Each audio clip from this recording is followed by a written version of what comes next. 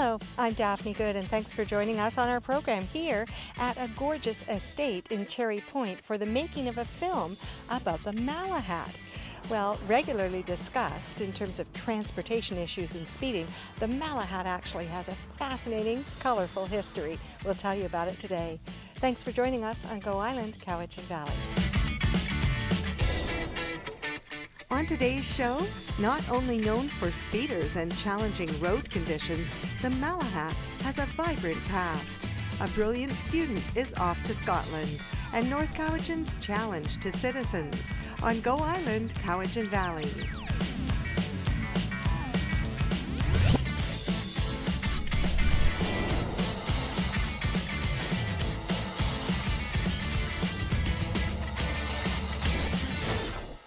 Maureen Alexander of the Mill Bay Malahat Historical Society recently told us about a film project capturing a key character in Vancouver Island history.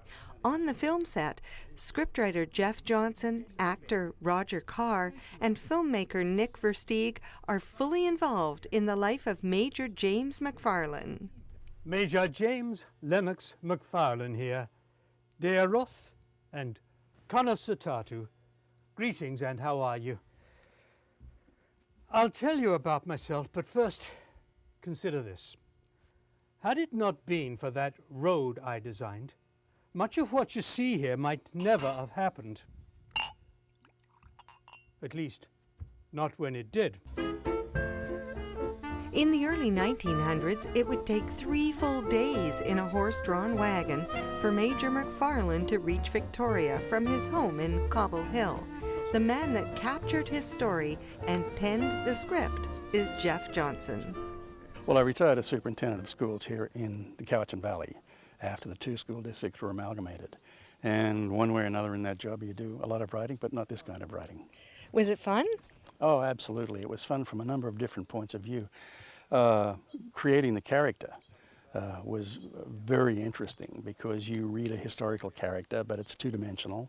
He's there on the page, and you're thinking, how could I bring this to life? What can I make of this individual that could be filmed, that would be interesting, that would be worth watching?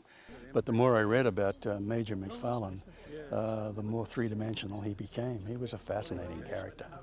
One thing I love is that he was so tenacious in what he was doing. I don't think anybody could believe the Malahat was actually built by one person until they see this film. Well, it was, the route was laid out by him. It was built later, of course, by contractors and by the government. But he was a very single-minded individual. And I would imagine that getting in the way of Major McFarlane was probably a short-term proposition.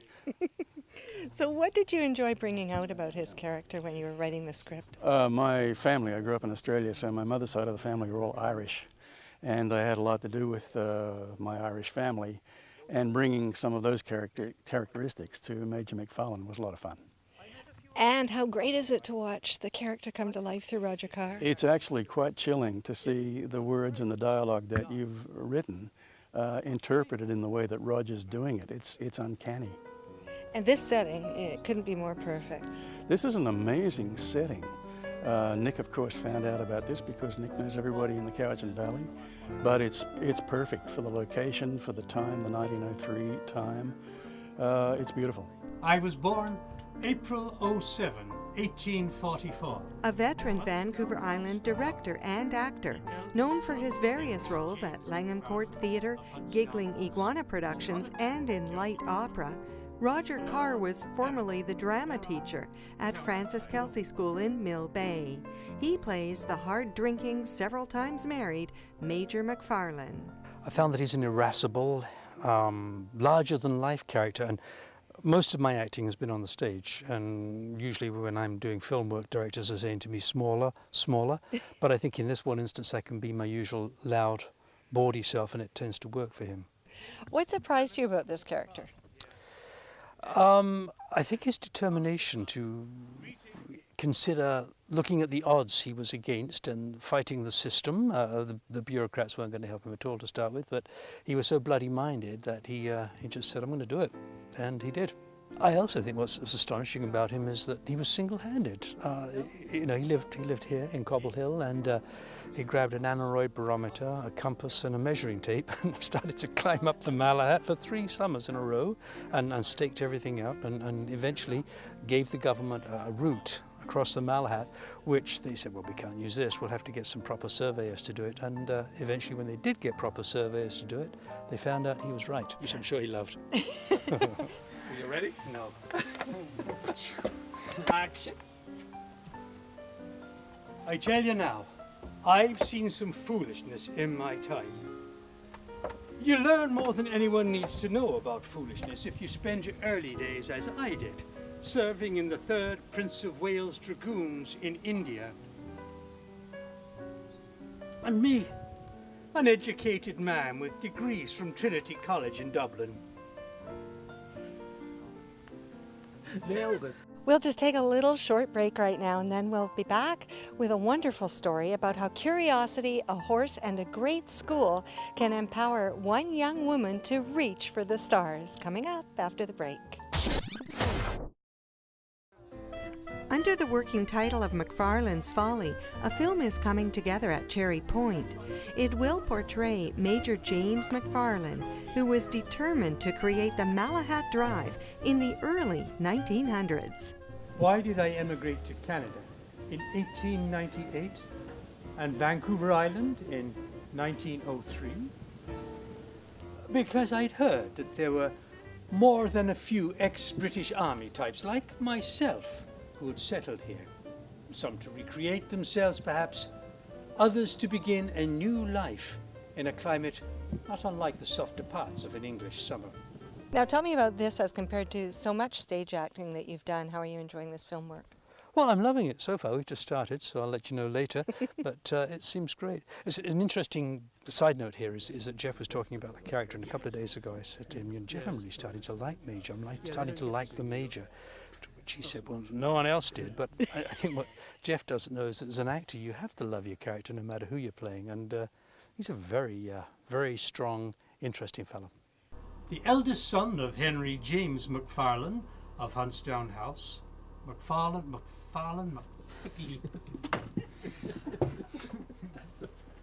Malahat. So Jeff, what about the history? I think a lot of people would imagine, so what? There's another highway, it was built, that's it. I forget who it was who said, the only thing that we learn from history is that nobody ever learns anything from history. And even though he had mapped out the route, it took government quite some time to send out other surveyors to find out, in fact, that what McFarlane had done was find the route. And then it took, of course, a while for funding to be provided. They began building the highway eventually from Goldstream towards Cobble Hill Mill Bay, and from Cobble Hill Mill Bay to Goldstream. And that, at the time, I think on the part of the finance minister, was a political move. Having built that much, he knew that they'd eventually have to build the middle. So, of course, none of that was McFarlane's concern.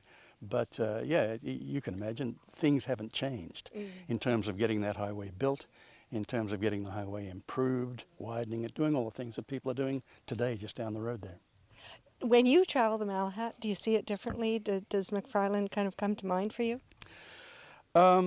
Not really. When I travel along Mill Bay Road, which leads out to the ferry, then it does, because that was the original highway before it went up that steep hill to where the highway exists right now. And I can imagine him walking along the shoreline there before he began to climb up that very steep hill into the woods and find his way over the Malahat and down the other side. Last question. I heard he was a heavy drinker. Did it inspire him, do you think? Well, yeah, we've read different accounts of that. Some of them involved a bottle of Irish whiskey a day, so I'm sure that stimulated his imagination. We'll be back after a short break, and then we'll be telling you about how you can save money and time, as well as help contribute to solutions for climate change. It's all about North Cowichan's efforts. They even have a home energy rebate offer, so you can find out all about how to reduce your costs with water heating, with fireplaces, ductless heat pumps, all kinds of information in the brochure here. You can get more information from northcowichan.ca, and we'll see you after the break.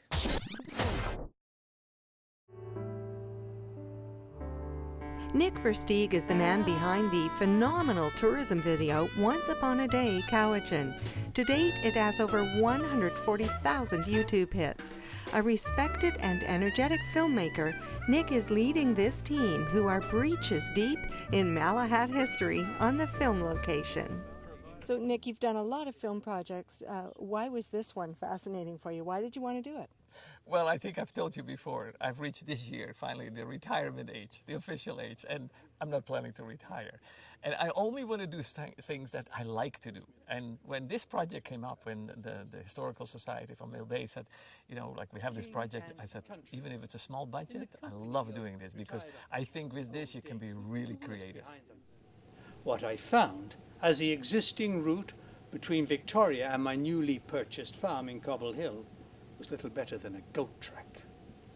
Thanks a lot for joining us on the program. You'll have to look for the film by Nick Versteeg, right now going under the working title of McFarlands Folly.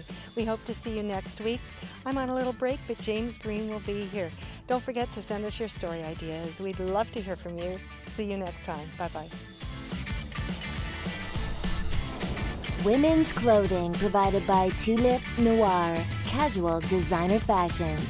Men's wardrobe by DG Bremner & Co. Menswear and accessories. Hair services provided by Salon J.